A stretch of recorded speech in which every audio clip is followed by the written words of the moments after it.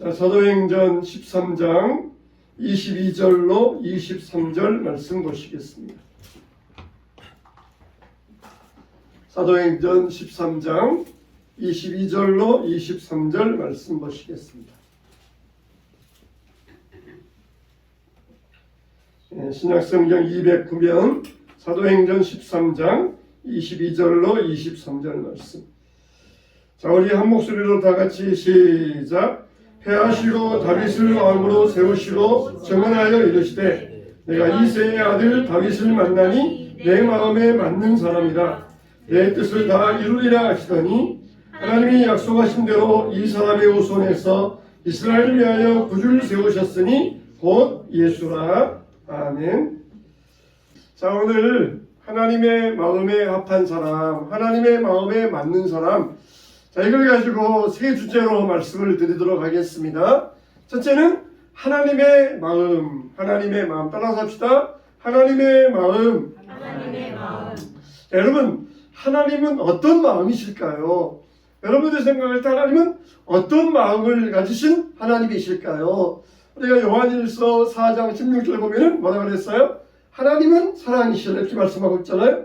하나님이 우리를 사랑하시는 사랑을 우리가 알고 믿었노니 하나님은 사랑이시라.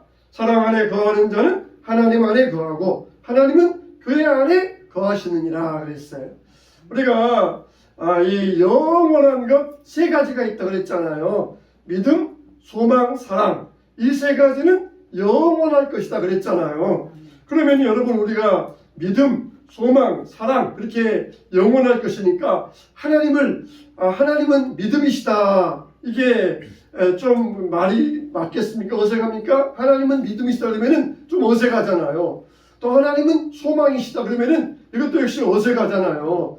믿음, 소망은 우리 사람들의 것이지 하나님은 뭐 믿음, 소망 필요 없잖아요. 우리는 믿음이 없으니까 하나님 믿습니다. 믿음 주세요. 우리 자녀들에게 믿음 주시옵소서. 우리가 기도하는 거지. 하나님은 믿음이 필요 없어요. 또 하나님은 소망도 필요 없습니다. 하나님은 우리가 하도 미래에 대해서 불안하니까 하나님 우리가 소망을 가지고 미래를 바라면서 우리가 미래가 더 평안을 갖게 해주세요. 이런 소망 주세요. 이렇게 하는 것이지 하나님은 소망이 필요 없어요. 근데 하나님은 사랑이시라. 얼마나 참 좋습니까? 하나님은 사랑이시라. 그러면은 이거는 어색하지도 않고 딱 맞아요. 딱 맞아요. 우리가 사람들 이야기할 때에 참 저 사람은 믿음 좋은 사람이다. 저 사람은 정말 소망 좋은 사람이다. 그런데 참 저 사람은 사랑이 많아. 그러면은 참 당신은 내가 볼 때 당신은 참 사랑이 많은 것 같습니다. 그러면은 참 찔릴 때가 있어요. 찔릴 때가 있어요. 우리가 사랑이 많다. 사람들에게 원수도 사랑하라. 그랬는데 참 당신 보면은 정말 아주 사람들을 사랑하고 아주 예뻐하고 귀 여기고 당신은 정말 하나님을 닮아서 사랑이 많아요. 그러면은 참 인간 편에서 그 앞에 당당하게 말할 사람은 없을까요? 그래, 나는 참 사랑이 많은 사람이야. 나는 믿음이 좋아. 나는 소망이 있어. 그렇게 말할 수 있지만은 나는 참 사랑이 많은 사람이야. 그렇게 말하기는 참 사람은 참 어색해요. 참 어색합니다. 근데 하나님은 믿음이 하나님, 소망이 하나님 그러면 안 맞는데 하나님은 사랑이 하나님 그러면은 얼마나 이게 하나님께 딱 어울리는지 몰라요. 근데 우리가 하나님을 사랑의 하나님이라 할 때 뭘 우리가 염두에 둡니까? 바로 예수 그리스도 독생자 예수님을 우리 죄를 위하여 보내주시고 십자가에 죽게 하신 것. 이게 항상 하나님을 사랑이라 하실 때 이걸 우리가 딱 염두에 두잖아요. 하나밖에 없는 아들 그분을 이 땅에 보내주셔서 십자가에 죽게 하시고 우리의 모든 죄를 용서해 주셨다. 그럴 때에 참 이게 하나님의 마음이 예수님의 십자가에서 아주 잘 나타나고 있는 것을 우리가 볼 수 있습니다. 참 이 하나님은 어떤 사랑의 하나님이셔요? 주기 좋아하시는 사람, 주기 좋아하는 사람. 우리도 그냥 주기 좋아하지만은 한계가 있잖아요. 내가 없는데 더 줄 수 없어요. 내가 없는 걸 줄 수 없잖아요. 근데 하나님은 한계가 없어요. 얼마나 주기를 좋아하는지 몰라요. 우리에게 왜 기도하라 그래요? 하나님이 주고 싶으셔서 그냥 아까워가지고 그러면은 기도하지 마 그럴 텐데 주고 싶으셔가지고 우리에게 구하라고 하시는 거예요. 하나님은 이미 이 에덴 동산에서 아담과 하와가 범죄했을 때 예수님을 보내주시겠다 약속하시고, 그리고 때가 참에 예수님을 정확히 보내주셨어요. 하나밖에 없는 하나님 품에 있었던 독생자 예수님, 참 얼마나 독생자 예수님을 이 땅에 보내주시기가 아까웠겠어요. 그런데 우리를 너무 사랑하시기 때문에 독생자 예수님도 우리를 위하여 아낌없이 보내주시어서 십자가에 달려 돌아가시게, 죽으시게 했다는 것이에요. 이게 바로 하나님의 마음이라는 것입니다. 하나님의 마음이에요. 참 여러분들은 어떤 마음을 가지고 있습니까? 우리가 정말 하나님의 마음을 품을 수 있어야 돼요. 하나님의 마음, 이런 하나님의 마음을 가질 수 있어요. 우리도 이 하나님의 마음, 하나님의 사랑을 우리 마음속에 항상 품고 하나님의 사랑을 구할 수 있어야 돼요. 사랑의 하나님, 나도 정말 사랑하는 자가 되어야 되겠다 해야 돼요. 우리가 정말 우리는 사랑을 받기는 좋아하는데 사랑을 주기는 싫어해요. 우리 어떤 사람이 아이를 낳은 다음에 우리 아들이 사랑받는 아들이 되게 해주세요, 그렇게 기도했다가 그 아들 인생 망쳤다 그러잖아요. 그냥 받기만 좋아하니까 주지는 못하고 사랑을 많이 받기는 받았는데 그 아이가 받기만 하다가 그 아이의 인생이 망해버리고 말았다는 것이에요. 사랑을 줄 수 있는 하나님을 닮아가야 되는데 그냥 사랑을 받기만 하니까 그 인생이 어긋난 인생이 되고 말았던 것이에요.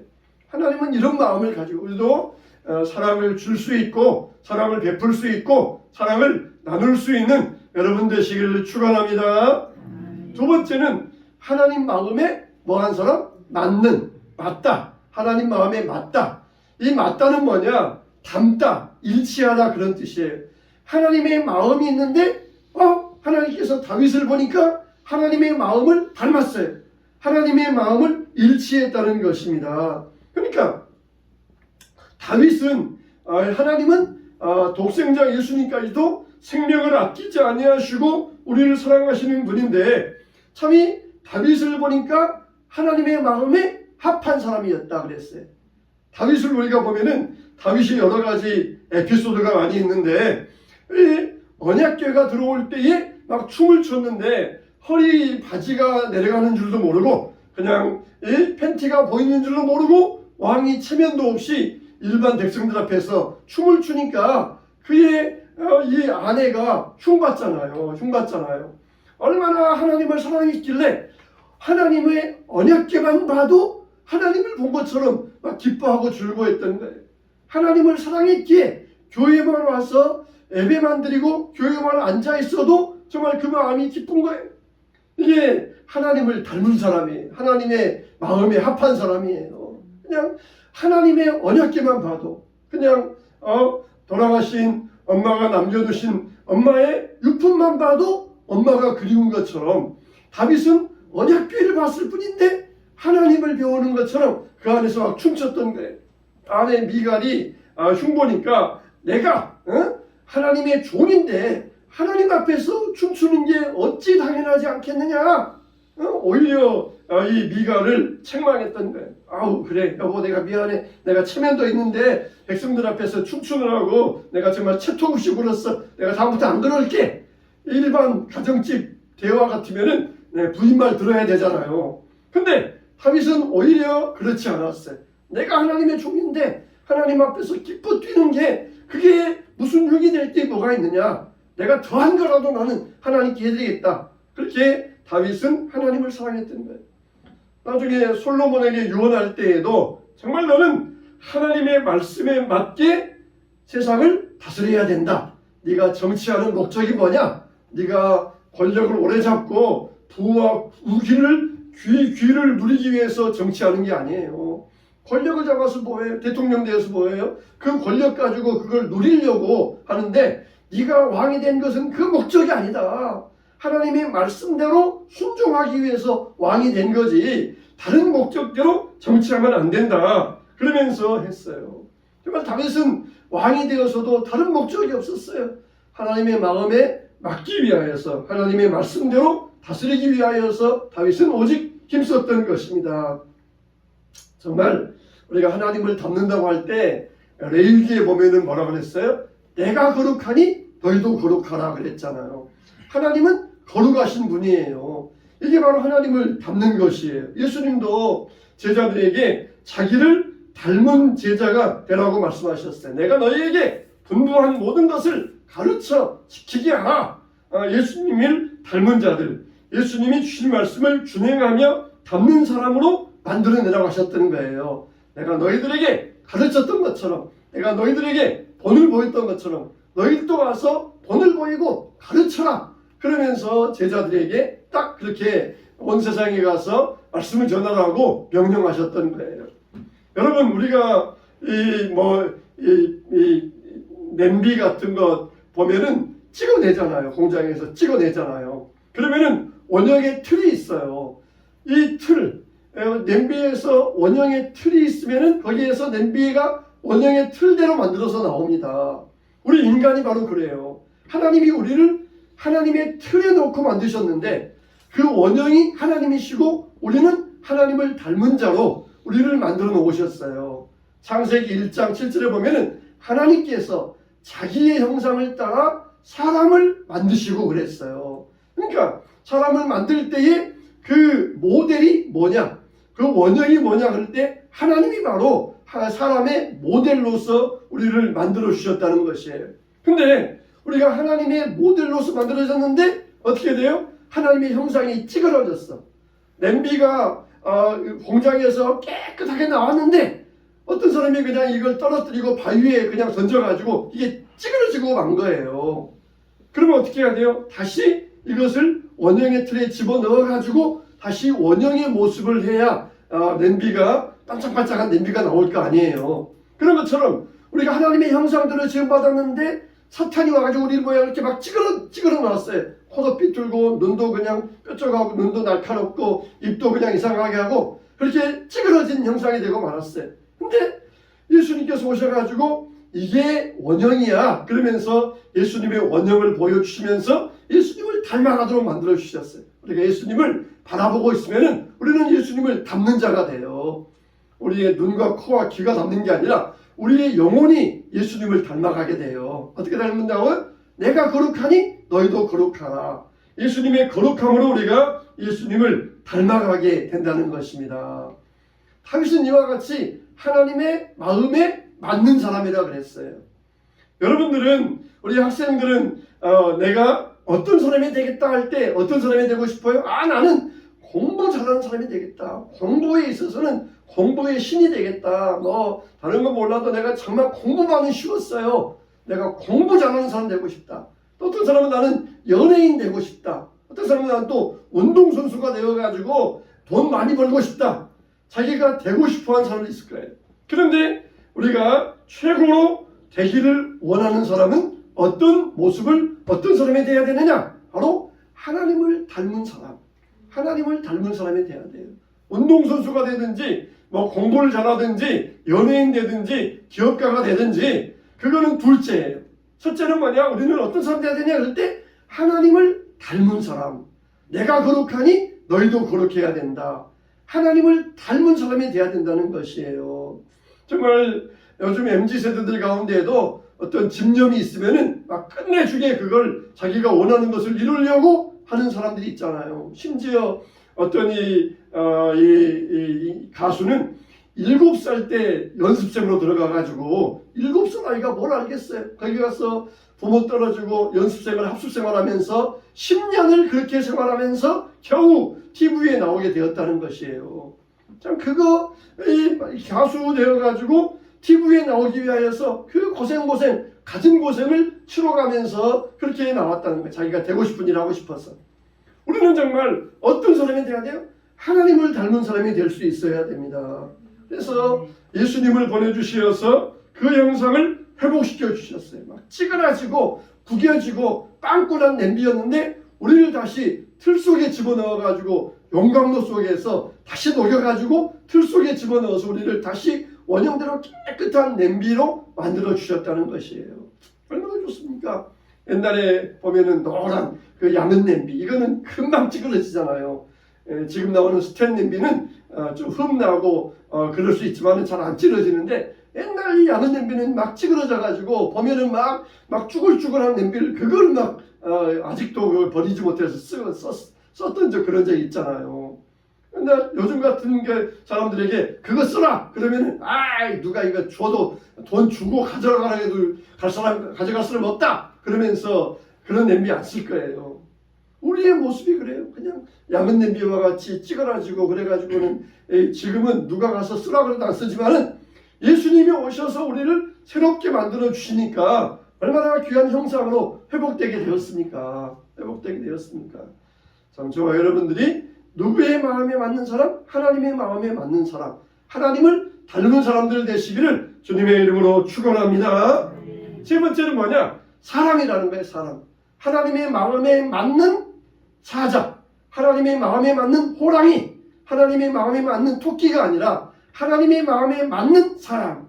하나님은 사람을 찾고 계셔요. 사람을.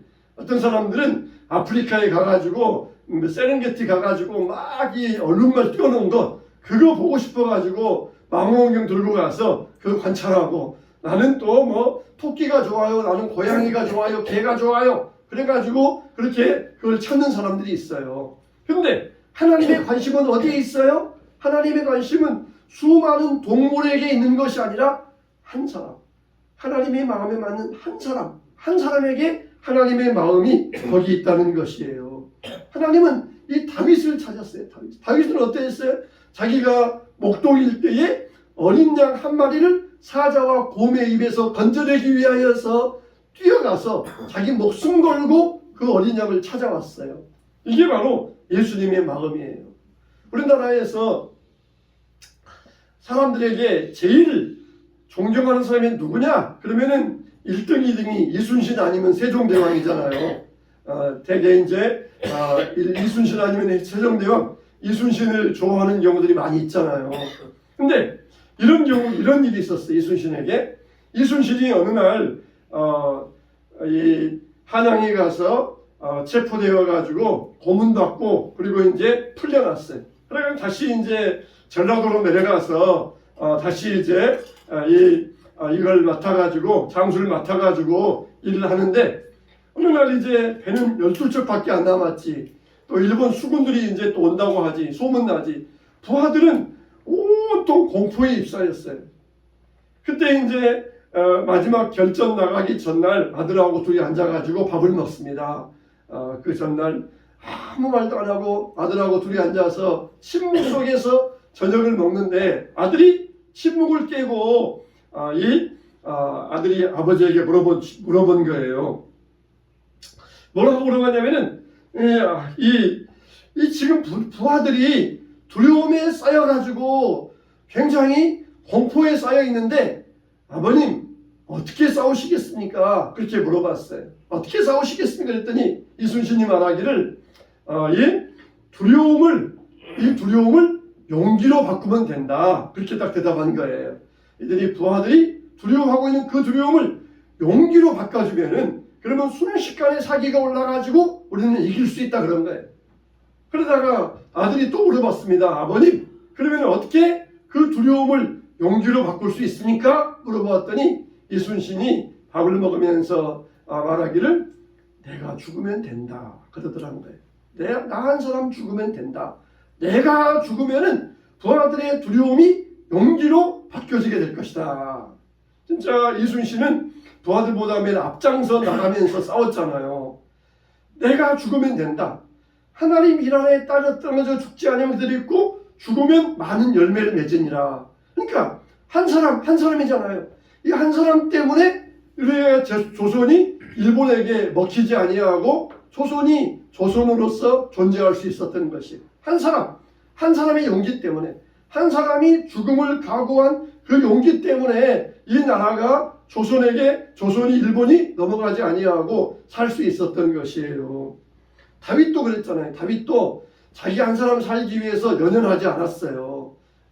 사울이 장막이 있을 때 아비새를 데리고 몰래 가가지고 사울의 그 머리밭에 있는 물병하고 창을 가지고 오면서 너 아히멜레가 왕을 지키면서 왜 잠만 퍼자고 있냐 그러면서 아히멜렉에게 이야기하고 그리고 자기가 절대 하나님의 기름 부음 받은 자를 죽이지 않겠다. 알았다. 아버지 사울이시여 내 마음을 몰라주니까 그렇게 했던 거예요.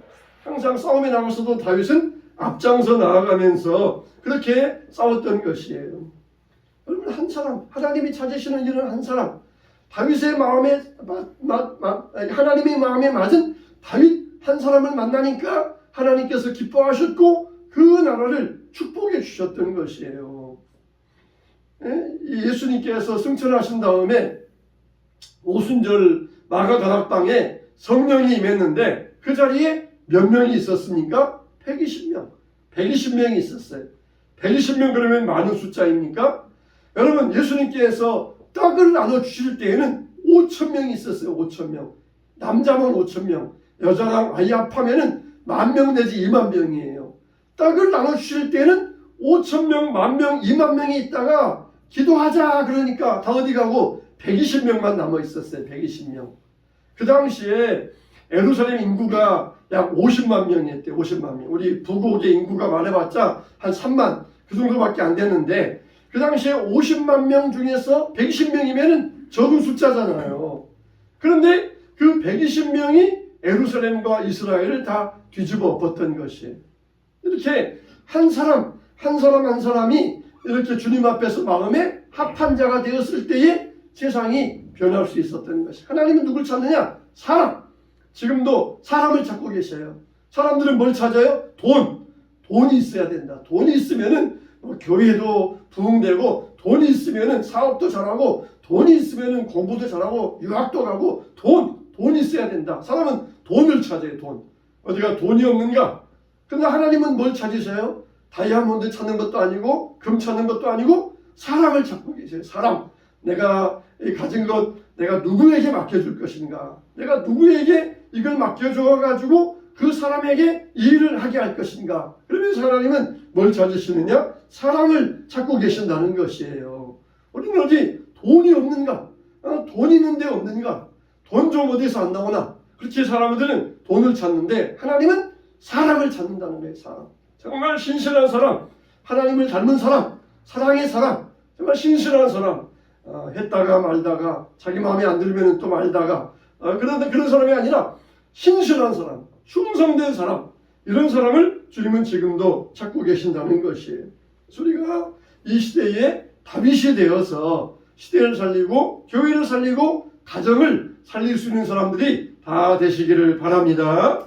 하나님의 마음에 합한 사람, 이런 사람들이 누구입니까? 바로 제가 그런 사람입니다. 바로 우리가 그런 사람 되겠습니다. 하나님의 마음을 알고 하나님의 뜻을 알고 하나님의 마음을 닮아갈 수 있는 저와 여러분들이 다 되시기를 주님의 이름으로 축원합니다. 축원합니다.